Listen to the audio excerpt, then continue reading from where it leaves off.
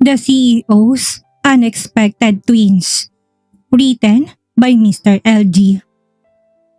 Gaano kalayong kaya mong itaya para sa buhay ng iyong anak? Para kay Arabella, ang sagot ay ang lahat. Kahit ang huling piraso ng kanyang dangal. Sa ilalim na nakapapasong sikat ng araw, tinitiis ni Arabella ang gutom at pagod sa pamimigay ng flyers. Umaasang sapat na ang kakarampot na kita para maitawid ang kanyang kambal na sina Josh at Jordan. Ngunit ang tadhana ay sadyang mapaglaro. Isang gabi, gumuho ang kanyang mundo ng matuklasan na may malubhang sakit sa puso ang kanyang anak. Sa harap ng hospital bills na hindi kayang bayaran ng 1,000 bida at dasal, isa lang ang nakikita niyang paraan, ang kumapit sa patalim. Hinasok ni Arabella ang madilim na mundo ng mga VIP bar, bitbit ng isang layunin. Ibentang 3 gabi niya sa sinumang may sapat na salapi. Ngunit pagpasok niya sa secret room, tila huminto ang pag-ikot ng mundo. Ang lalaking bumili sa kanya sa halagang 150,000 piso ay walang iba kundi si Jason Baruel, ang lalaking minahal niya ng buong puso noong kolehiyo. Ang lalaking tinakasan niya, 5 taon na ang nakakaraan at ang tunay na ama ng kanyang mga kambal na hindi nito kilala. Sa bawat mapang-insultong titig at bawat haplos na puno ng poot, kailangan lunukin ni Ara ang lahat ng pait. Si Jason ay naroon para maghiganti sa sakit ng nakaraan. Habang si Ara ay naroon para iligtas ang dugong nag-uugnay sa kanila ng palihim. Sa gitna ng mapanirang laro ng kapangyarihan at pag-ibig, hanggang kailan may tatago ni Arabella ang katotohanan. At kapag nalaman ni Jason ng babaeng binabastos niya ay ang ina ng kanyang mga anak, pagsisisi ba o lalong galit ang mangingibabaw? Ang init ng sikat ng araw ay tila sumasakal sa balat ni Arabella. Ramdam niyang bawat butil ng pawis na gumagapang mula sa kanyang noo pababa sa kanyang leeg. Humahalo sa alikabok ng kalsada, ngawit ng kanyang mga binti, ngunit hindi siya pwedeng maupo sa bawat sasakyang dumadaan at sa bawat taong umiiwas sa kanya. Lalong humigigpit ang hawak niya sa mga flyers ng restaurant. "Ma'am, sir, baka gusto niyo pong sumubok. May promo po kami ngayon." Pilit ang ngiting alok niya sa isang matandang lalaki na hindi malang siya tinapunan ng tingin. Hindi to ordinaryong pagod. Ito ay pagod na hinaluan ng takot. Ang kinikita niya sa maliit na restaurant na yon ang nag-iisang lubid na pumipigil sa kanila para hindi tuluyang mahulog sa kumunoy ng kahirapan. 25 taong gulang na bata ang umaasa sa kanya, sina Josh at Jordan. Ang kanyang buhay, ang kanyang lakas at ang kanyang pinakamalaking sekreto. Nang sumapit ang 5:00 ng hapon, nangangatog ang tuhod na naglakad pa uwi si Ara. Sa isip niya, ang tanging gusto niya lang ay mayakap ang mga anak at marinig ang tawa ng mga ito. Ngunit pagtapak pa lang niya sa pintuan ng kanilang maliit na bahay, ang katahimikan ay tila isang babala. "Ara," bungad ng kanyang tita sa kanya, ang boses nito'y puno ng panginginig. "Tita, bakit po? Nasaan ang mga bata?" Mabilis na tanong ni Ara. "Si Josh, kanina pa hindi bumababa ang lagnat. Ngayon inaapoy na siya. Halos magdeliryo ng bata, Ara." Tila binuhusan ng malamig na tubig si Arabella. Mabilis niyang nilapitan ng anak na nakahiga sa papag. Nang dapian niya ang noo ni Josh, halos mapaso siya. "Dadalhin natin siya sa ospital, tita. Ngayon na." Sa loob ng emergency room, ang bawat tunog ng monitor ay tila tibok ng puso ni Ara na gustong kumuwala sa kanyang dibdib habang sinusuri ang anak na natili siyang nakatitig sa maputlang mukha ni Josh. Si Jordan naman ay nakakapit sa laylayan ng kanyang damit. Takot at walang imik. Maya-maya ay lumapit ang doktor, bitbit ang ilang papel na naglalaman ng mga resulta. "Mommy, may nakita kami sa initial test ni Josh." Simula ng doktor na nagpanginig sa kalamnan ni Arabella. "May problemang kanyang puso, hindi sapat ang gamot lang.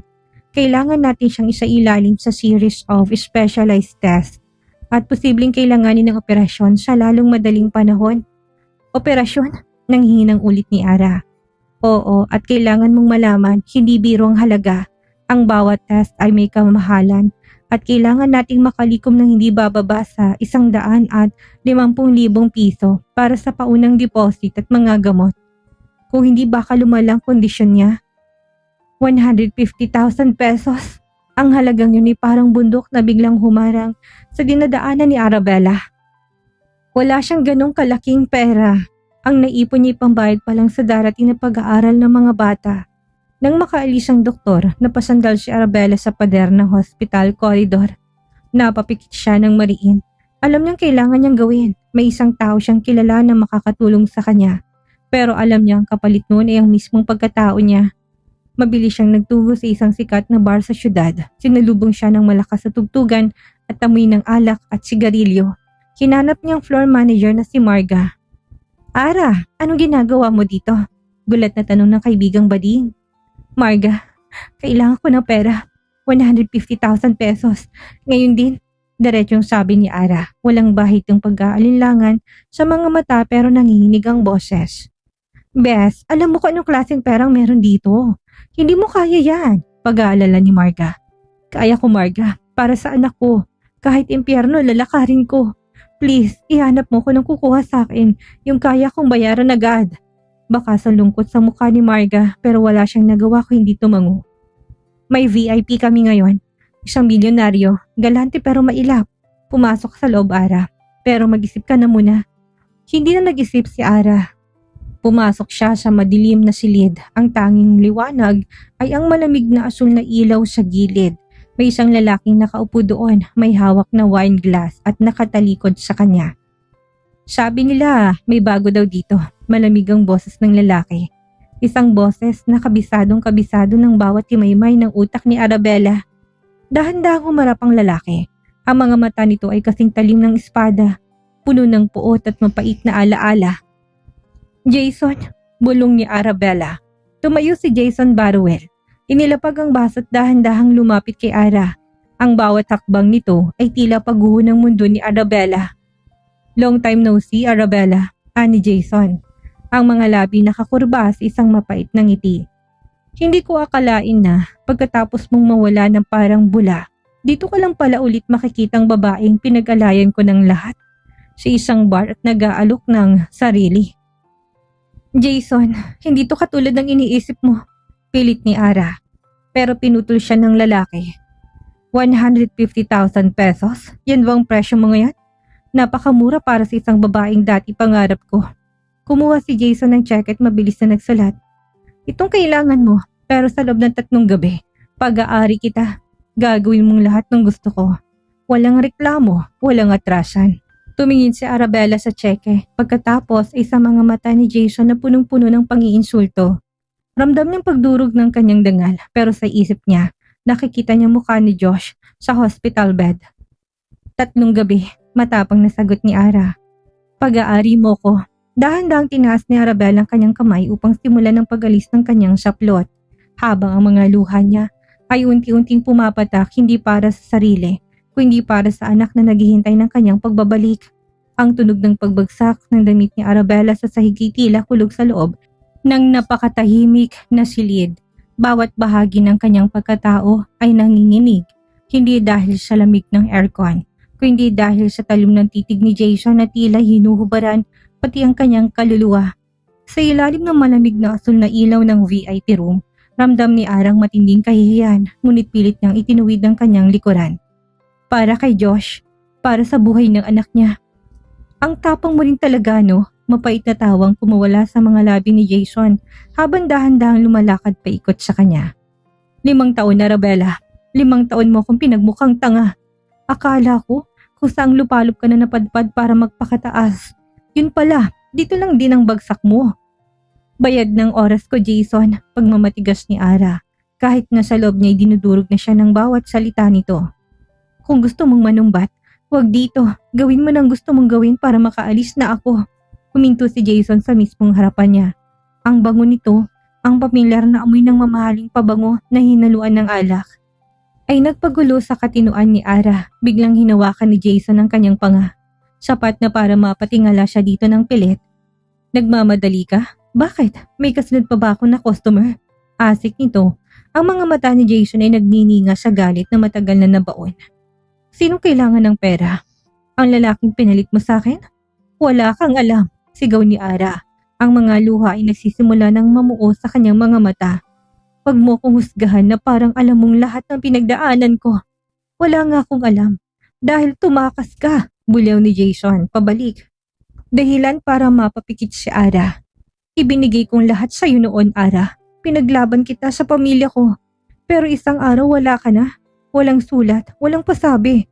Tapos ngayon, makikita ka sa ganitong kalagayan? Sa halagang 150,000 piso. Magbibenta ka? Kumuha si Jason ng isa pang baso ng wine at mabilis tong tinungga. Pagkatapos ay tinawagan niya ang intercom. Marga, pasukin mo kami dito. Magdala ka ng isa pang babae, yung pinakamaganda. Nalaglag ang puso ni Arabella. Jason, anong gagawin mo? Hindi siya sinagot nito. Ilang sandali pa'y pumasok si Marga kasunod ang isang babaeng nakasuot ng manipis na damit. Makinis ang balat at halatang bihasa sa ganitong trabaho. Tumingin si Marga kay Ara nang may matinding pag-aalala, ngunit hindi ito makapagsalita sa harap ni Jason. Diyan ka lang, Arabella, utos ni Jason habang naupo sa sofa. Inakbayan niya ang bagong dating na babae. Gusto kong panoorin mo kung paano ko gastusin ang perang hinihingi mo. Gusto kong makita mo kung gaano kakadaling palitan. Para kay Arabella, mas masakit pa ito kaysa sa anumang pisikal na paghihirap. Ang makitang may kasamang iba, ang lalaking tanging minahal niya. Habang siya ay nakatayo doon, hubad ang dangal at puno ng sugat ang puso, ay tila unti-unting pagpatay sa kanya. Jason, parang awa mo na. Kung ayaw mo sa akin, ibigay mo na lang ang pera. Kailangan ko ito para sa buhay. Halos pabulong na pagsusumamo ni Ara. Buhay ng sino? Singhal ni Jason. Habang pinapalis ang babaeng kapapasok lang, nang silang dalawa na lang muli, tumayo si Jason at tinagis ang isang bundle ng pera sa paanan ni Ara. Yan, kunin mo. Pero wag mong isiping tapos na tayo. Bukas, sa penthouse ko, 8:00 ng gabi. Huwag ka magkakamaling hindi sumipot, Arabella. Dahil alam mo kung gaano ko kayang gawing impyernong buhay mo sa isang pitik lang. Nanginginig na pinulot ni Ara ang kanyang mga damit at ang pera. Hindi niya naiintindihan ang panlalait. Ang mahalaga ay ang perang pambayad sa ospital. Nang makalabas siya ng silid, sinalubong siya ni Marga sa hallway. Agad siyang niyakap nito habang humahagulhol siya. Bes, si Jason, siyang ama ng kambal. Pag-amin ni Ara sa pagitan ng hikbi. Napatras si Marga sa gulat. Ano? Bakit hindi mo sinabi? Bakit tinayaan mong bastusin kanya ng ganyan kung siya palang ama ni na Josh at Jordan? Dahil natatakot ako, Marga. Kapag nalaman niya, kukunin niyang mga anak ko, ang pamilya niya. Mapang-api sila. Mas pipiliin ko nang maging ganito sa paningin niya. Huwag lang mawala sa akin ang mga anak ko. Pinunasan ni Arabella ang kanyang mga luha at nanggayos ng sarili. May pera na siya para kay Josh. Pero ang kapalit nun niyang 3 gabi na magiging bilanggo siya ng lalaking hanggang ngayon, hindi niya mapigilang mahalin. Ang bilyonaryong galit sa kanya na walang kamalay-malay na may 2 batang naghihintay ng kanyang kalinga. Habang naglalakad palabas ng bar, narinig ni Arang sigaw ni Jason sa loob ng VIP room. Isang sigaw na galit at pangungulila. Arabella, hindi pa tayo tapos. Lalong binilisan ni Arang lakad. Ang laban para sa kanyang anak ay nagsisimula pa lamang. At sa pagkakataong ito, hindi lang buhay ni Josh ang nakataya, kundi pati ang katotohanan ng 5 taon niyang itinago sa dilim. Ang gabi ay tila bumibigat habang papalapit ang sasakyan ni Arabella sa isang eksklusibong kondominium sa gitna ng lungsod. Hawak niyang address na binigay ni Jason, isang lugar na sumisimbolo sa tagumpay nito. Ngunit para kay Ara, ito ay isang hawlang ginto. Bago pumasok, dumaan na muna siya sa ospital. Maayos ng lagay ni Josh, nakapag-deposit na siya ng pera. At kahit paano, nabawasan ng bigat sa kanyang dibdib. Ngunit ang kapalit noon niyang gabing ito. Pagdating sa penthouse, seryosong bawat hakbang niya. Bumukas ang elevator ng direkta sa loob ng unit ni Jason. Moderno, malamig at walang buhay, gaya ng ekspresyon na lalaking nakatayo malapit sa malaking bintana, nakatanaw sa mga ilaw ng Maynila. Eksakto sa oras, malamig na bungad ni Jason nang hindi lumilingon. Akala ko tatakasan mo na naman ako, Arabella. Nakuha ko ng pera, nandito ko para tuparin ang usapan. Sagot ni Ara, pilit niyang pinatatag ang boses kahit ng totoo ay gusto niya nang tumakbo palabas. Humarap si Jason, ang mga matay namumula. Marahil dahil sa puyat o sa alak na hawak nito, lumapit siya kay Ara hanggang sa maramdaman ng dalagang init ng hininga nito. Anong ginawa mo sa pera? Ganun ba kalaking utang mo sa labas para magbenta ka ng ganito kabilis? O baka naman ginagastosan mong lalaking iniwan mo para sa akin? Isang malutong na sampal ang dumapo sa pisngi ni Jason. Nabingi si Ara sa sariling ginawa, nalaki ang kanyang mga mata habang unti-unting lumingon si Jason pabalik sa kanya. May bakas ng dugo sa labi at isang madilim na ngiti. Yan bang serbisyong ibibigay mo? Bulong ni Jason. Bigla nitong hinawakan ng magkabilang braso ni Ara at sinandal siya ng marahas sa pader. Matapang ka pa rin. Yan ang nagustuhan ko sa'yo noon. Pero yan din ang sisira sa'yo ngayon. Wala kang alam, Jason. Wala kang alam sa hirap na dinanas ko. Sigaw ni Ara. Ang mga luha ay hindi na mapigilan. Ang tingin mo sa akin ay pera lang ang habol. Sige, isipin mo ng gusto mo. Basta pagkatapos ng 3 gabing ito, pakawalan mo na ako. Hindi kita pakakawalan hanggat hindi ko nararamdaman ng sakit na naramdaman ko nung iniwan mo ko. Asik ni Jason. Inilapit niya ang mukha sa leeg ni Ara, humihinga ng malalim. Gusto mo ng trabaho? Fine, magluto ka, maglinis ka at mamayang gabi. Mananatili ka sa tabi ko, hindi bilang asawa, kundi bilang isang babaeng binayaran ko. Napilitan si Ara na kumilos sa loob ng penthouse.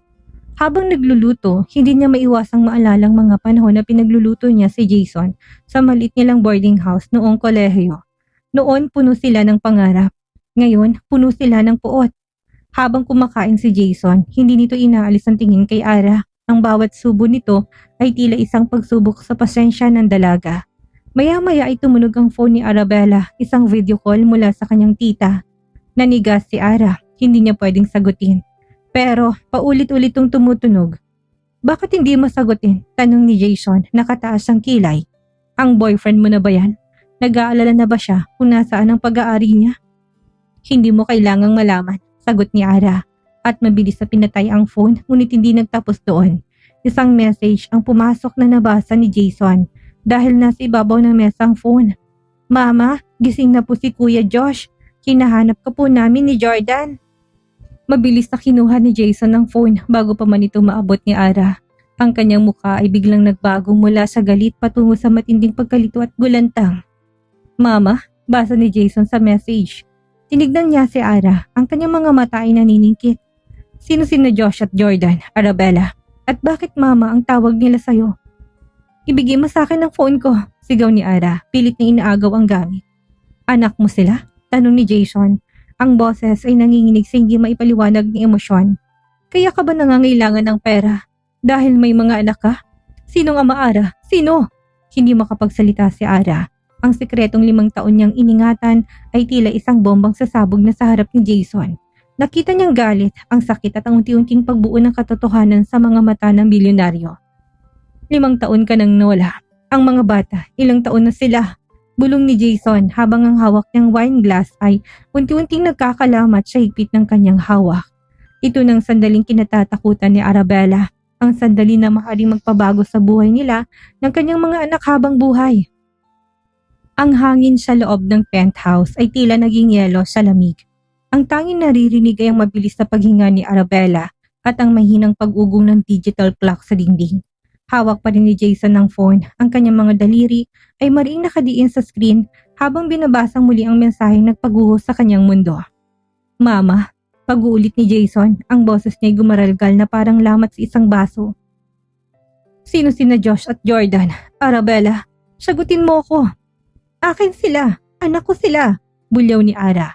Pilit na inaagaw ang phone. Wala kang pakialam sa buhay ko, sa labas ng penthouse na ito. Ibigay mo sa akin yan. Ngunit mas malakas si Jason, isang mabilis na kilos at iniwas niya ang phone. Kinarap niya si Ara, ang kanyang mga mata ay nagnininga sa pagitan ng puot at matinding pagkalito. 5 taon kang nawala. 5 taon mula nang iwan mo ko nang walang paliwanag. At ngayon, may 2 kang anak na ang edad ay 6, 5? Napalunok si Arabella. Ang katahimikan niya ay sapat na para kumpirmahin ang hinala ni Jason. 5 taon na sila, Jason. Pag-amin ni Ara sa boses na halos pabulong na. At kaya ako nandito. Kaya ako binentang sarili ko sa'yo.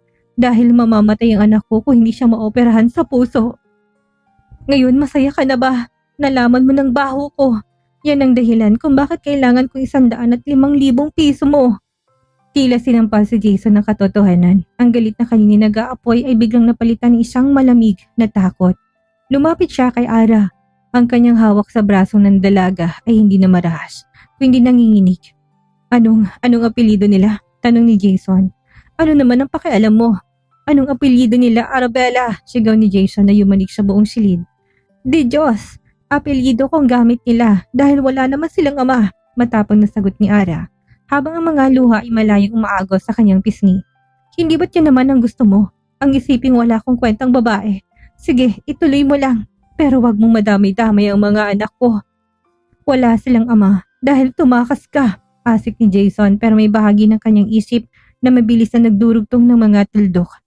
Ang mukha ni Ara, ang panahong nawala ito, ang mga bata, o dahil itinago mo sila sa akin. Anak ko sila, hindi ba?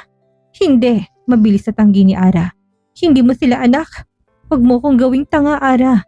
Hinila siya ni Jason palapit ng kanilang mga muka ay halos magdikit. Alam ko kung kailan kayo huling magkasama. Alam ko kung gaano kita kamahal noon na tila wala nang bukas.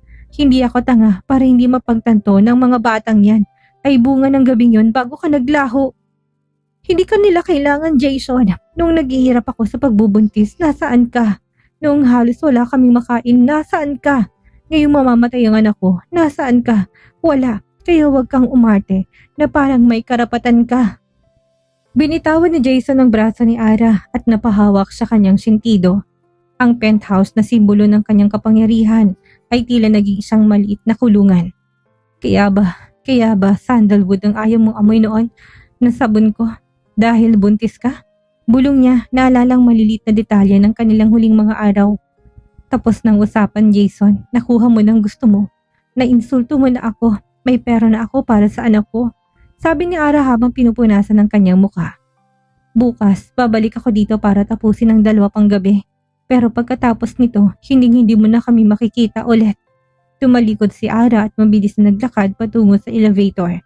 Hindi na siya pinigilan ni Jason. Ngunit ang titig na lalaki nakabaon sa kanyang likuran.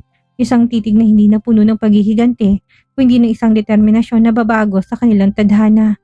Nang sumarang pinto ng elevator, napasandal si Jason sa pader at dahan-dahang napaupo sa sahig. Hawak pa rin niya ang phone ni Ara. Binuksan niya ang gallery nito. Ang unang larawang lumitaw ay ang 2 batang lalaki. Magkayakap, nakangiti at ang isa ay may mga matang eksaktong-eksakto sa mga mata ni Jason Barruel. Josh, Jordan, sambit niya sa gitna ng hikbi. Mga anak ko. Sa labas ng kondo, mabilis na sumakay si Arabella sa taxi. Nanginginig ang buong katawan. Alam niya nagsimula ng tunay na bagyo. Ang transaksyong akala niya ay paraan para iligtas ang anak niya. Ay siya palang magbubukas ng pintuan para makuha ni Jason ang lahat sa kanya kasama ang gabing iyon. Ang bawat sulok ng kanyang malawak at mamahaling penthouse si tila sumisikip. Naging saksi sa kanyang pagbalik-balik na lakad.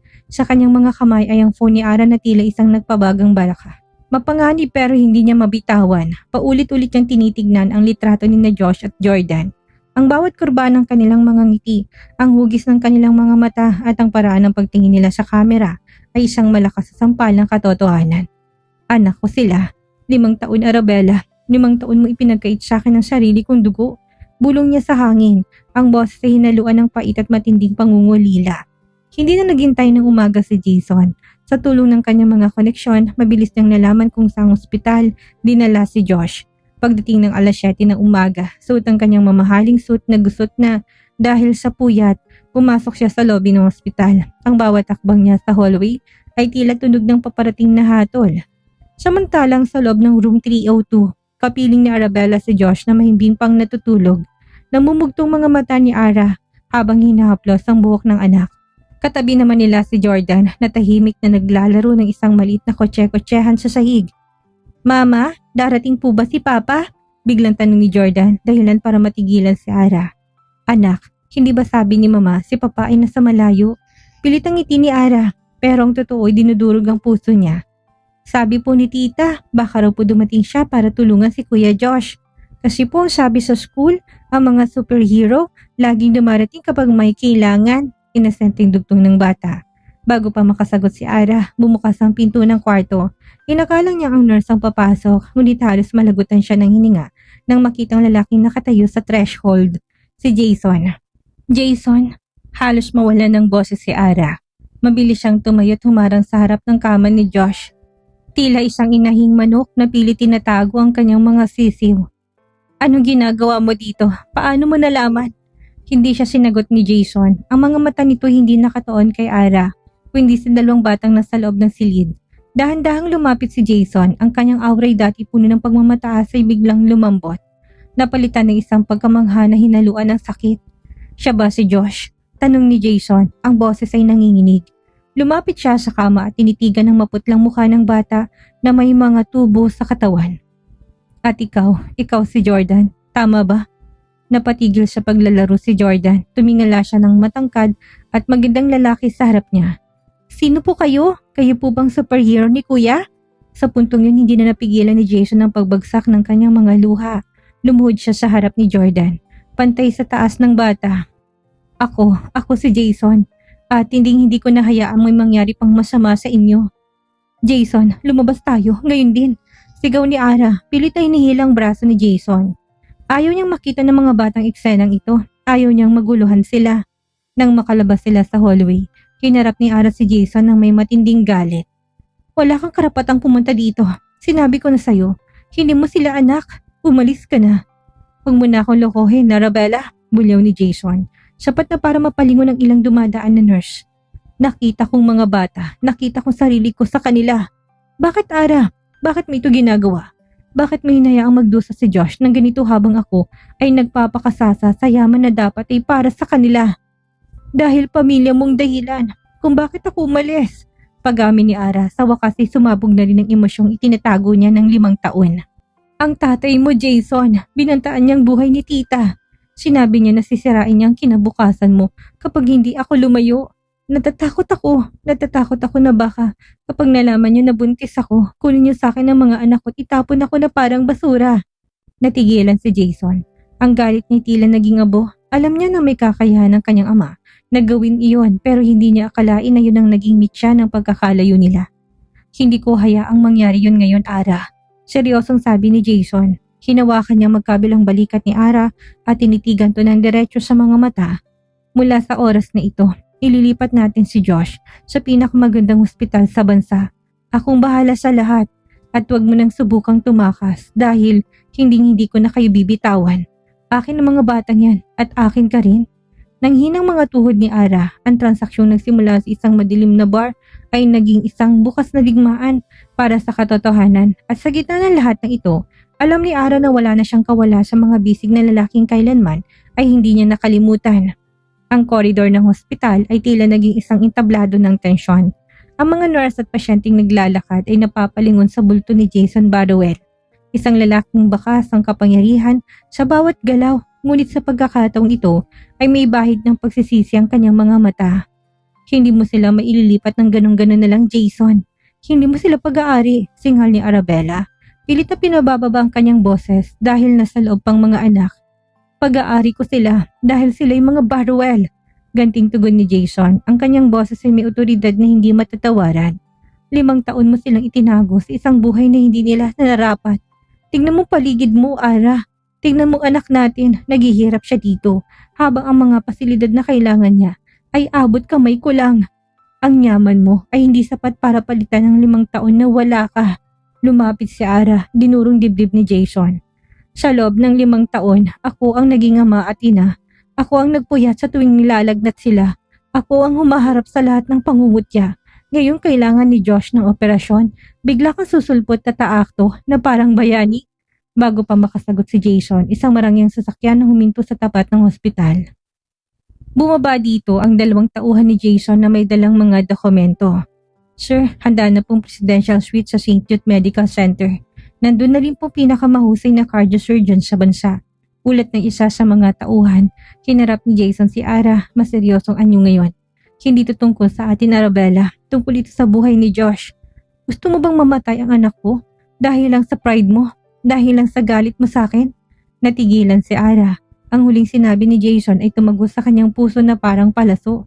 Pride o buhay ng anak niya? Mariin siyang napapikit at dahan-dahang tumulang luha.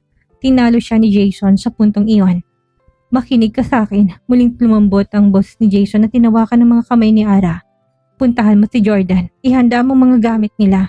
Ililipat natin sila ngayon din. At pagkatapos nito, hindi ka na muling magbibigay ng flyers sa ilalim ng araw. Hindi ka na muling magbebenta ng sarili mo sa mga bar para lang may pambayad sa ospital. Pumasok muli si Ara sa loob ng silid. Nakita niya si Jordan na nakaupo sa tabi ni Josh. Hinahawakan ng kamay ng kapatid. Mama, aalis na po ba tayo? Tanong ni Jordan. Oo anak, lilipat tayo sa mas magandang kwarto para mabilis na gumaling si kuya. Sagot ni Ara habang mabilis na nililigpit ang kanilang mga gamit. Nang ilabas ang stretcher ni Josh, personal na binabantayan ni Jason ang bawat kilos ng mga medical staff. Si Jordan naman ay kinuha ni Jason at binuhat sa kanyang mga bisig. Isang pamilyar na eksena na dati pangarap lang ni Ara. Ang makitang buo sila pero ang katotohanan may presyong lahat ng ito ang nagpapakirot sa kanyang dibdib.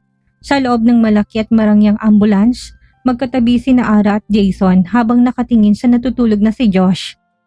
Bakit mo to ginagawa, Jason? Tanong ni Ara habang nakatingin sa bintana. Pagkatapos nito, ano na, kukunin mo sila sa akin? Idedirekta mong buhay namin gaya ng gusto mo. Tumingin sa kanya si Jason. Isang tingin na puno ng determinasyon. Gagawin kong lahat para maging ama sa kanila, Ara, at kung kailangan kitang pakasalan, para lang masigurong hindi na kayo mawawala ulit, gagawin ko. Kasal? Napalingon si Ara, gulat na gulat. Huwag mong gawing negosyong buhay ko, Jason. Hindi to negosyo, Arabella. Ito ay pagbawi. Madiing sabi ni Jason habang kinuhang kamay ni Ara at mahigpit tong hinawakan. Ang 3 gabing binayaran ko sa bar, kalimutan mo na yon. Dahil simula ngayon, habang buhay ka nang magbabayad sa akin sa pamamagitan ng pananatili sa tabi ko kasama ang ating mga anak. Nang makarating sila sa bagong ospital, sinalubong sila ng isang team ng mga eksperto. Nakita ni Ara kung gaano kabilis kumilos ang mundo kapag pera at kapangyarihan ng nagsasalita. Ngunit sa likod ng lahat ng karangyaan, alam ni Ara na isang panibagong pakikipagsapalaran ang kakaharapin niya. Ang pagharap sa pamilya ni Jason na minsang nagtaboy sa kanya at ang pagtago sa katotohanang mahal pa rin niyang lalaking bumili sa kanyang dignidad. Ang Presidential Suite ng St. Jude Medical Center ay mas malawak pa kaysa sa buong bahay ni na Arabella. Ngunit sa kabila ng malambot na sofa, malamig na aircon at modernong kagamitan, pakiramdam ni Ara ay lalo siyang nasasakal. Ang bawat kagamitang naroon ay paalala ng agwat ng buhay nila ni Jason. Isang agwat na 5 taon niyang sinubukang tawirin sa pamamagitan ng marangal na pagtatrabaho. Ngunit sa huli, ay pera pa rin ng lalaki ang sumalba sa kanila. Habang mahimbing na natutulog si Josh matapos ang sunod-sunod na pagsusuri, nanatili si Jason sa gilid ng kama, tila hindi mapakali. Si Jordan naman ay nakatulog na rin sa sofa. Yakap ang isang mamahaling laruan na pinabili ni Jason kanina lang. Hindi mo kailangang gawin ng lahat ng ito, Jason, basag ni Ara sa katahimikan. Nakatayo siyang malapit sa bintana, nakatingin sa malawak na syudad. Sapat ng tulong medikal ang mga laruan, ang suite na ito. Masyadong itong kalabisan. Humarap sa kanya si Jason. Ang mga matay baka sa matinding pagod at nanunuot na emosyon. Kalabisan? Para sa mga anak ko? Walang salitang kalabisan, Arabella. Ang kulang ay ang 5 taon na wala ko sa tabi nila dahil sa mga lihim mo. Lihim ko? Lumapit si Ara. Ang boses ay nanginginig sa galit. Sinabi ko na sa iyo ang rason, Jason, ang pamilya mo. Hindi natapos ni Arang sasabihin ng biglang bumukas ng malakas ang pinto ng suite. Isang matandang babae na may matikas sa tindig, suot ang mamahaling alahas at tila pinalilibutan ng otoridad ang pumasok. Si Doña Victoria Baruel, ang ina ni Jason, ang babaeng naging bangungot ni Arabella noon. So, totoo nga, malamig na wika ng matanda. Habang inililibot ang tingin sa silid, humintong kanyang paningin kay Arabella bago lumipat sa 2 bata. Bumalik ang babaeng mitya ng kahihiyan ng pamilyang ito at may bitbit pang mga batang hindi natin sigurado kung kanino galing. Mom, enough! Bulyaw ni Jason, humarang siya sa harap ni Ara. Hindi itong oras para sa mga insulto mo. Ang mga batang yan ay mga Baruel. Mga apo mo sila. Apo? Tumawa ng pagkakang matanda. Jason, Huwag kang magpabulag. Ang babaeng ito ay nawala ng 5 taon at ngayon ay biglang susulpot dahil kailangan ng pera para sa operasyon ng bata. Napakagaling ng eskema. Magkano bang hiningi niya sa'yo? 150,000 pesos? Barya lang yan para sa dignidad na sinira niya. Tila sinaksak ng libong karayom ang puso ni Ara. Ang mga salita ni Doña Victoria ay pamilyar. Mga salitang narinig niya, 5 taon nang nakakaraan na nagtulak sa kanya para lumayo. Wala akong kinuha sa inyo na hindi niyo ibinigay ng kusa, sigaw ni Ara. Ang mga luha ay nagsisimula ng bumuhos. Nandito ako dahil si Jason ang nagpumilit. Kung gusto ninyo, aalis kami ngayon din. Hindi namin kailangan ng maruming pera nyo. Ara, sandali lang, pigil ni Jason. Pero mabilis siyang hinarap ng kanyang ina. Jason, makinig ka. I will not allow these children to carry our name without a DNA test. At ang babaeng ito, she stays away from the state. I will pay for the hospital.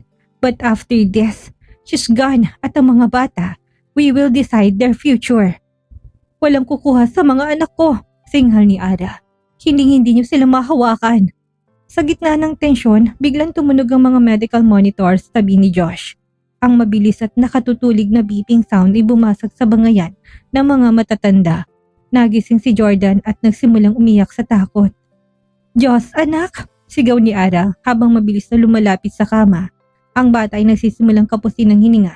Ang kanyang muka ay unti-unti nagiging asul. Mabilis na pumasok ang mga nurse at doktor. Tinutulak ang mga Barwell palabas. Mommy, kailangan niyo pong lumabas. We need to stabilize him. Sa labas ng silid, napasandal si Arabella sa pader. Unti-unting bumagsak ang kanyang katawan sa sahig. Ang kanyang mundo ay tila muling gumuho.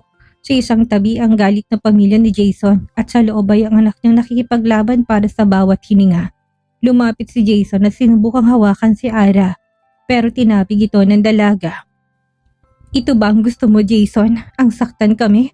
Ang insultuhin kami ng pamilya mo sa harap ng naghihingalong anak ko? Umalis na kayo. Layuan niyo kami. Tumayo si Jason. Ang kanyang mukha ay naging kasing tigas ng bato. Hinarap niya ang kanyang ina na nakatayo lang na may pagmamataas. Umalis ka na, Mom. Mababa ngunit mapanganib ang tono ni Jason. Kung mamamatay ang anak ko dahil sa stress na dinadala mo dito, hindi ko mapapatawad ang sarili ko at mas lalo na ikaw. Mula ngayon, huwag ka na makikialam sa pamilya ko.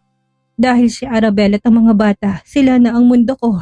Naiwan si Arabella na humahagulhol sa sahig, habang si Jason ay nananatiling nakatayo sa pagitan niya at ng mapang-aping mundo sa mga Barwell. Ang gabi ay nag-iisang madugong labanan para sa buhay at pag-ibig.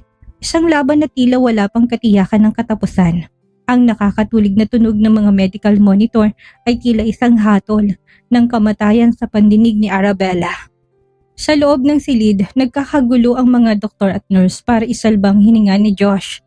Sa labas, sa malamig na hallway ng VIP floor, tila tumigil ang pag-ikot ng mundo ni Ara. Nakatayo si Jason sa pagitan ni Arabella at ng kanyang ina. Si Doña Victoria, ang kanyang mga kamao ay nakakuyom at ang kanyang mga mata ay nagbabaga sa determinasyong hindi pa nakikita ng matanda sa kanyang anak.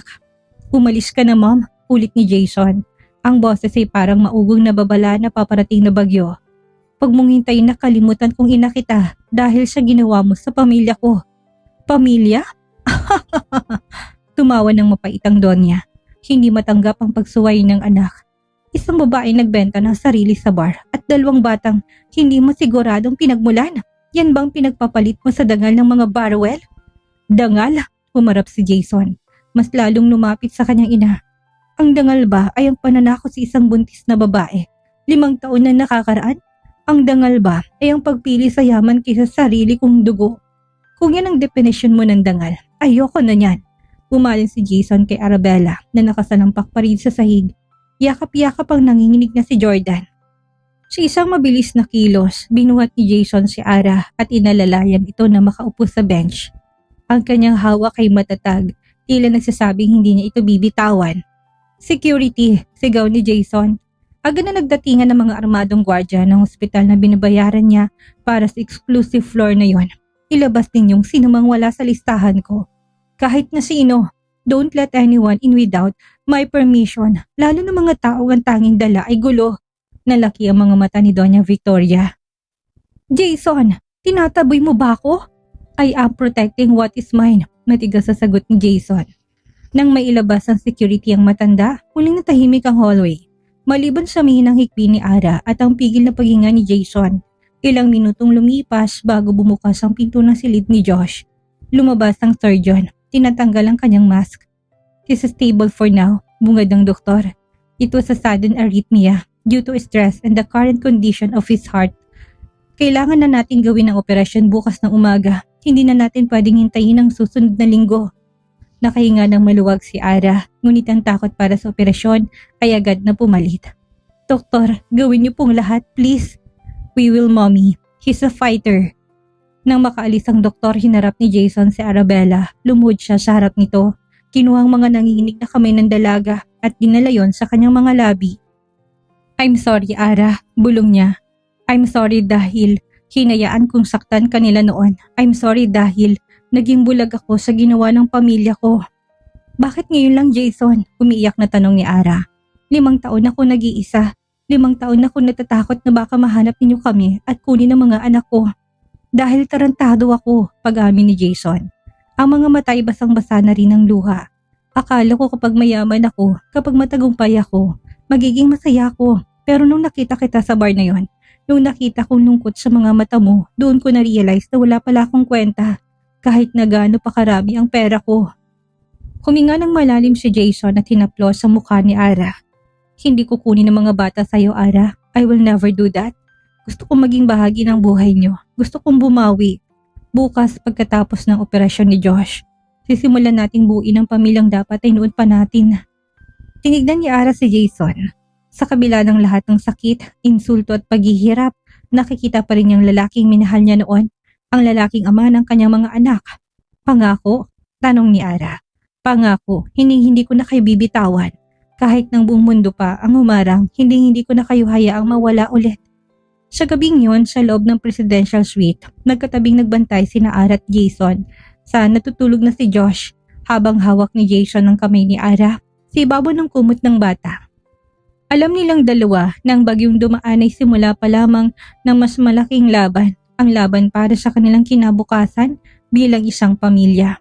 Pero sa pagkakataong ito, hindi na mag-isa si Arabella, may barikada na siya ng pagmamahal na handang sumalo sa kanya. Ang umaga ng operasyon ay dumating na may kasamang mabigat na hamog at nakakabinging katahimikan. Sa loob ng silid, tanging ang tunog ng gulong ng stretcher ang bumasag sa katahimikan. Habang inihanda na si Josh, ang bata na tila mas maliit tingnan sa gitna ng malalaking kagamitan, ay pilit nang ngumingiti sa kanyang ina. "Mama, huwag ka na pong umiyak. Magiging superhero na po ako. Pagising ko, hindi ba?" mahinang sabi ni Josh. Ang boses ay halos pabulong na dahil sa panghihina. Hindi na napigilan ni Arabella ang hagulhol. Hinaplos niyang noon ng anak at tila gustong ipasang lahat ng kanyang lakas dito. "Oo anak, pinakamatapang na superhero. Hihintayin ka ni mama dito ha. Mahal na mahal ka namin." Sa tabi ni Ara nandun si Jason. Hindi nito binitawan ng balikat ng dalaga. Yumuko si Jason at tinalikan ng noon ni Josh. "Magkikita tayo mamaya, Jake. Paglabas mo dito, lahat ng gusto mong laruan, ibibigay ni Papa. Be brave, my son." Nang tuluyan ang ipasok ni Josh sa operating room, tila nawalan ng buto si Arabella. Napaupo siya sa waiting area. Ang kanyang mga kamay ay nanginginig at malamig na parang yelo. Lumipas ang 1 oras, 2, 3. Bawat minuto ay tila 1 taon sa pakiramdam. "Ara, kumain ka na muna, kahit na konti lang." Alok ni Jason. Dalang 1 baso ng tubig at sandwich. "Hindi ko kaya, Jason. Hindi ko kayang lunukin kahit na ano hanggat hindi lumalabas ang doktor," sagot ni Ara, habang nakatingin sa saradong pinto ng OR. Sa gitna ng kanilang paghihintay, muling nagkaroon ng kaguluhan sa dulo ng hallway. Hindi ang ina ni Jason ang dumating, kundi ang kanyang ama. Si Don Roberto Baruel, ang lalaking direktang nagbanta kay Ara. 5 taon nang nakakaraan. "Dad, anong ginagawa mo dito?" Tumayo si Jason. Ang kanyang boses ay puno ng babala. "Nabalitaan kong nangyari. Gusto ko lang siguraduhin na hindi ka nagdedesisyon base sa emosyon, Jason," wika ni Don Roberto. Ang kanyang boses ay malamig at kalkulado. Tumingin siya kay Arabella na may pandidiri. "Nagbayad na ako noon para lumayo siya. Bakit nandito pa rin siya?" Tumayo si Arabella. Ang takot na naramdaman niya noon ay napalitan ng isang nagbabagang galit. Binantaan mo ako. Sinabi mo na sisirain mong buhay ng tita ko. Wala kang puso. I was protecting my son's future. Simpleng sagot ng matanda. Protecting? Singhal ni Jason, humarang siya sa gitna ng kanyang ama at ni Ara. Sinira mong 5 taon ng buhay ko, Dad.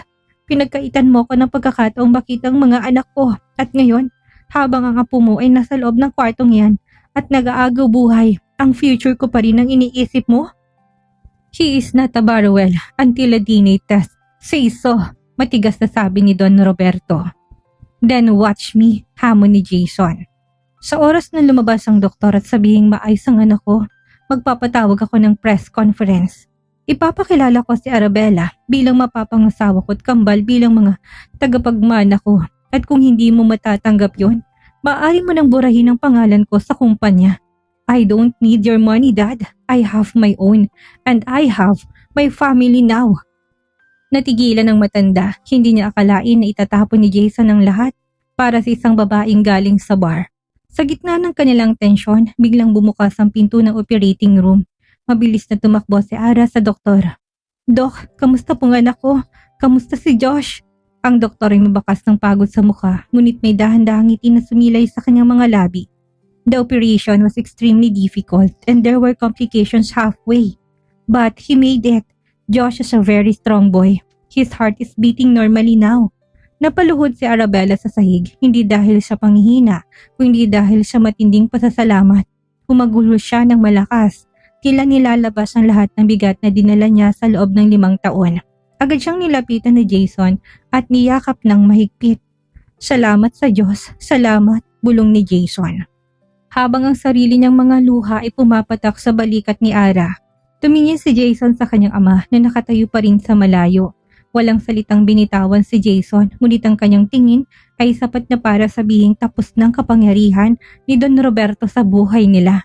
Nang ilipat si Josh sa recovery room, pumasok ang dalawa. Sa gitna ng mga aparatong nagpapanatili sa buhay ng bata, isang panibagong buhay ang nagsisimulang mabuo para kina Ara at Jason. Ang panganib sa buhay ni Josh ay nalagpasan, ngunit alam nilang pakikipaglaban para sa kanilang pamilya. Laban sa mapanghusgang mundo ng mga Barruel ay nagsisimula pa lamang. Hindi na tayo maghihiwalay, Ara, bulong ni Jason habang nakatingin sa kanilang anak. Kahit na anong kutsilyo pang itapat nila sa atin, hindi na nila tayo muling masasaktan. Ang hangin sa loob ng recovery room ay puno ng amoy ng antiseptic at ang ritmikong tunog ng heart monitor ni Josh. Bagamat tagumpay ang operasyon, ang katahimikan sa pagitan ni Arabella at Jason ay nababalot ng tensyong hindi pa rin natatapos. Habang nakaupo si Ara sa tabi ng kama ng anak, dahan-dahang pumasok si Marga, dala si Jordan na noon ay nakatulog na sa kanyang balikat. Bes, bulong ni Marga, ang mga mata ay puno ng pag-aalala. Sabi ng nurse, okay na raw ang lagay ni Josh. Salamat sa Diyos. Salamat, Bes. Salamat sa pag-alaga kay Jordan. Tugon ni Ara. Inabot niyang anak at dahan-dahang inihiga sa mahabang sofa sa loob ng suite. Lumingon si Ara kay Jason na noon ay nakatayo sa tapat ng malaking salamin na bintana. Tila malalim ang iniisip. Jason, narinig mong sinabi ng ama mo kanina. Hindi sila titigil. Ngayong ligtas na si Josh, baka mas mabuting lumayo na lang muli kami. Bago pa sila gumawa ng mas malalang hakbang, mabilis na humarap si Jason. Ang mga matay naniningkit sa determinasyon. Hindi ka naaalis, Arabella, at hindi niya na kailangan magtago. Ang pananakot nila sa iyo noon ay dahil wala ko sa tabi mo. Pero ngayon, kailangan muna nilang dumaan sa akin bago kanila masaling. Pero ang DNA test na hinihingi nila, ibibigay ko sa kanila ang DNA test na gusto nila. Putol ni Jason. Hindi dahil nag-aalinlangan ako, kundi dahil gusto kong isampal sa kanila ang katotohanan na itinapon nilang sarili nilang mga apo. Pagkatapos nun, wala na silang magagawa. Kinabukasan, habang nagsisimulang magkamalay si Josh, dumating ang mga abogado ni Jason kasamang isang kinatawan mula sa isang prestiyosong laboratorio. Naroon din si Don Roberto at Doña Victoria, na tila mga hukom na naghihintay ng pagkakamali. Gawin niyo na, utos ni Jason habang nakatingin ng matalim sa kanyang mga magulang. Kinuwang samples mula kay Jason, kay Josh at kay Jordan. Si Arabella nakatayo lang sa isang sulok, yakap ang kanyang sarili. Ramdam niyang pangmamaliit na tingin ni Doña Victoria na tila bang kanyang pagkatao ay nakasalalay sa isang pirasong papel. Kapag napatunayang hindi sila Barroel, asahan mong mawawalang lahat ng suportang ito, Jason. Banta ni Don Roberto, at ang babaeng ito ay makukulong sa salang panloloko. At kapag napatunayang anak ko sila, ganti ni Jason, asahan yung hindi nyo na sila makikita o mahahawakan habang buhay. I will strip you of your rights as grandparents. Lumipas ang ilang oras na parang dantaon nang bumalik ang abogado, pitpit ang salyadong envelope, tila tumigil ang paghinga ng lahat sa loob ng silid. Mabilis na kinuha ni Jason ang papel at binasa ito sa harap ng lahat. 99.9% probability of paternity. Basa ni Jason, ang boses ay puno ng tagumpay at pait. Inihagis niyang resulta sa harap ng kanyang ama. Ayan ang katotohanan. Ngayon, lumayas kayo sa kwartong ito. Hindi kayo kailangan ng mga anak ko. Napatulala ang Donya habang ang Don ay hindi makapagsalita. Ang pagmamataas nila ay gumuho sa isang iglap. Sa kabilang banda, si Arabella ay napaiyak na lamang sa relief. Sa wakas, wala na silang basihan para hamunin ang kanyang pagiging ina nang makaalis sa mga matanda. Lumapit si Jason kay Arabella at niyakap ito ng mahigpit. Tapos ng pagtatago, Ara, wala nang makakaagaw sa inyo sa akin. Ngunit sa kabila ng tagumpay, alam ni Ara ng sugat ng nakaraan na hindi basta-bastang naghihilom sa isang papel lamang. Jason, paano tayo? Paanong lahat na nangyari sa atin? Hinarap siya ni Jason. Hinaplos ang kanyang pisngi. Bubuuhin natin ang lahat, simula sa simula. Hindi na bilang bilyonaryo ang babaeng nangangailangan kundi bilang Jason at Arabella. Ang mga magulang ni na Josh at Jordan. Sa sandaling yon nagising si Josh at mahinang tinawag ang kanyang ina. Ang muling pagmulat ng mga mata ng anak ay simbolo ng bagong umaga na hindi nahayaang mabalot muli ng dilim ni Jason. Ang laban para sa katotohanan ay tapos na, ngunit ang laban para sa kanilang pag-ibig ay magsisimula pa lamang. Ang katahimikan sa loob ng presidential suite ay nabahiran ng matinding emosyon matapos ang paglisan ng mga matandang Barroel. Bagamat ang formal na resulta ng DNA ay nagpatunay sa katotohanan, ang hangin ay nananatiling mabigat. Nakatayo si Arabella sa tabi ng bintana. Nakatingin sa papalubog na araw habang si Jason ay abala sa pag-aayos ng kumot ni Josh na ngayon ay mahimbing na ang tulog at ligtas na sa panganib. Ano nang plano mo ngayong alam na nilang totoo? Basag ni Ara sa katahimikan. Hindi siya lumingon, ngunit baka sa kanyang boses ang pagod na naipon sa loob ng 5 taon. Tumayo si Jason at dahan-dahan na lumapit sa kanya. Ang plano ko ay ang plano na dapat ay ginawa ko noon pa. Gagawin ko legal ang lahat. Ara, hindi lang ang pagpapakilala sa mga anak natin kundi ang pagbawi sa posisyon mo sa buhay ko. Posisyon? Natawa ng mapait si Ara at hinarap ang lalaki. Jason, binili mo ako sa isang bar. Sa tingin mo ba, ganun lang kadaling burahin ang imahe ko sa isip mo at sa isip ng ibang tao? Isang gabi, ako ang babaeng binayaran mo at sa susunod, asawa mo na ako? Hindi ganun kadali ang buhay. Alam ko, madiing sagot ni Jason, hinawakan niyang mga kamay ni Ara na pilit kumakawala. Alam kong marami akong kailangang patunayan, pero ang transaksyon yon sa bar, yun ang pinakamalaking pagkakamali ko. Pero yun din na nagligtas sa atin. Kung hindi akong bumili sa gabi mo, Ara, baka hanggang ngayon nagtatago ka pa rin at mamamatay ng anak ko sa hirap. Nalambot ang mga tuhod ni Ara, masakit pero yun ang katotohanan. Ang puot niya kay Jason ay unti-unting nilalaman ng pasasalamat para sa buhay ni Josh. Hindi ko kailangan ng yaman mo, Jason, bulong ni Ara. Ang gusto ko lang ay proteksyon para sa mga bata. Ayoko maranasan nila ang naranasan ko sa mga magulang mo. Hindi mangyayari yon. Pangako ni Jason, inabot niyang isang maliit na velvet box mula sa kanyang bulsa. Ito ay dapat na naibigay ko sa iyo 5 taon na nakakaraan bago tayo paghiwalayin ng mga kasinungalingan. Binuksan ni Jason ng kahon, isang simpleng diamanting singsing ang nagniningning sa ilalim ng ilaw ng hospital. Hindi to kasing garbo ng mga alahas ng kanyang ina, ngunit puno ito ng kasaysayan. Pinagawa ko ito noong nasa kolehiyo pa tayo. Plano kong mag-propose sa'yo pagkatapos ng graduation. Pero bigla kang nawala. Pagtatapat ni Jason, ang boses ay gumagaralgal. Tinago ko ito sa loob ng 5 taon. Akala ko, itatapon ko na pero hindi ko kaya. Dahil kahit nagalit ako sa'yo noon, ang singsing na itong tanging hawak ko sa pangarap na binuo nating dalawa. Napasinghap si Ara. Hindi niya akalain na hanggang sa huling sandali bago siya lumayo ay tapat ng intensyon ni Jason sa kanya. Arabella, hindi kita binili para bastusin.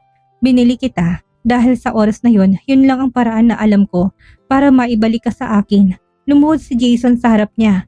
Sa gitna ng silid ng ospital, sa harap ng kanilang natutulog na mga anak. Pakasalan mo ko, hindi dahil sa utang na loob, hindi dahil sa pera, kundi dahil hanggang ngayon, ikaw lang ang babaeng gusto kong makasama sa pagtanda. Jason, hikbi ni Ara. Ang mga pader na itinayo niya sa paligid ng kanyang puso ay tuluyan ng gumuho. Kailangan ko ng sagot, Ara.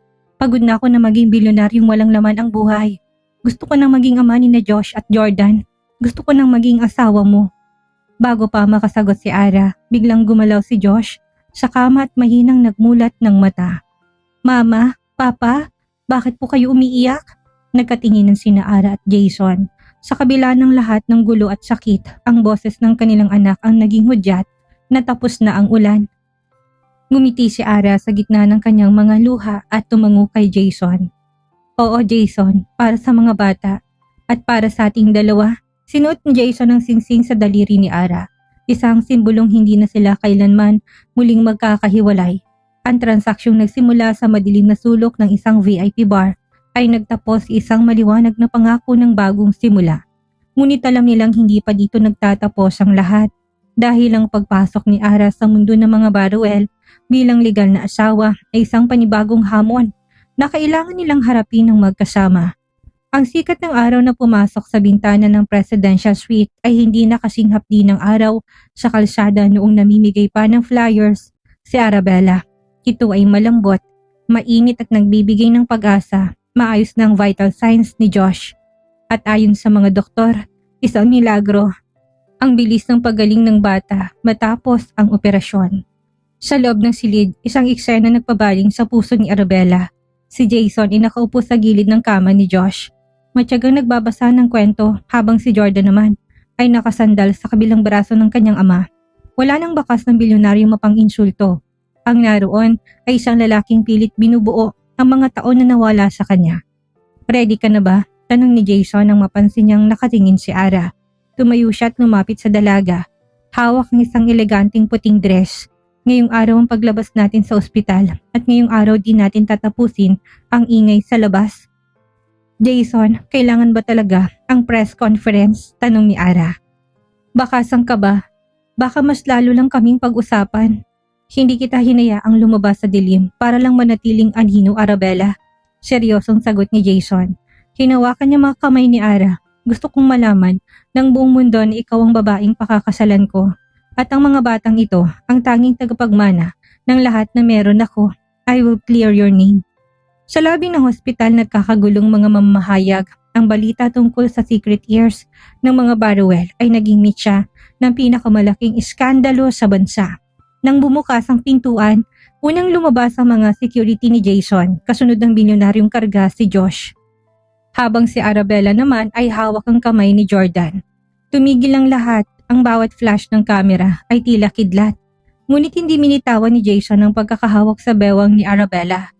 I have only one statement, matigas na panimula ni Jason sa harap ng mga mikropono. Ang babaeng nasa tabi ko ay si Arabella de Dios. Ang kaisa-isang babaeng minahal ko at mapapangasawa ko. Ang mga batang ito ay aking mga anak. Any person, publication, or family member who attempts to malign them will face the full extent of my legal power. Binawi ko ng lahat ng koneksyon ko sa mga taong hindi marunong rumespeto sa pamilya ko. Nakita ni Ara sa gilid ng kanyang mga mata ang kanyang ama at ang mga magulang ni Jason na nakatayo sa malayo, hindi makalapit, tila mga estrangherong tuluyan ng nawala ng puwang sa kanilang bagong mundo. Nang makarating sila sa bagong mansyong ipinagawa ni Jason, malayo sa ingay ng syudad at malayo sa mapanghusgang mga Baruel. Isang simpleng salo-salo ang naghihintay, naroon ang tiyahin ni Ara at si Marga na hindi mapigilan ng pag-iyak sa tuwa. Bes, tingnan mo to, mula sa bar ngayon ay may palasyo ka na, biro ni Marga habang niyayakap si Ara. Pero seryoso, deserve mo ito dahil sa dumi ng pinagdaanan mo na natiling malinis ang puso mo para sa mga anak mo. Nang sumapit ang gabi, Habang mahimbing na ang tulog ng kambal sa kanilang sariling kwarto, magkasamang nakatayo, sina Ara at Jason sa balkonahe. Tanaw ang malawak na hardin. Naisip ko lang, bulong ni Ara. Nakasandal sa balikat ni Jason. Paano kung hindi tayo nagtagpo sa bar na yon? Paano kung hindi mo ako binili? Hinarap siya ni Jason at tinalikan ng kanyang noo. Tadhanang gumawa ng paraan, Ara. Binili kita dahil yun ang paraang alam ko para hindi ka na muling makatakas. Pero ang totoo, simula pa nung kolehiyo, pag-aari mo ng puso ko, hindi na kailangan ng kahit na anong halaga para patunayan yon. Mahal na mahal kita, Jason. Salamat sa pagligtas sa amin, ani Ara. Mahal na mahal kita, Mrs. Barwell. At pangako, ang mga luhang papatak sa mga mata mo, simula ngayon ay luha na lang ng kaligayahan. Sa ilalim ng liwanag ng buwan, ang dalawang pusong pinaghiwalay ng pait at ilihim ay muling nag-isang dibdib.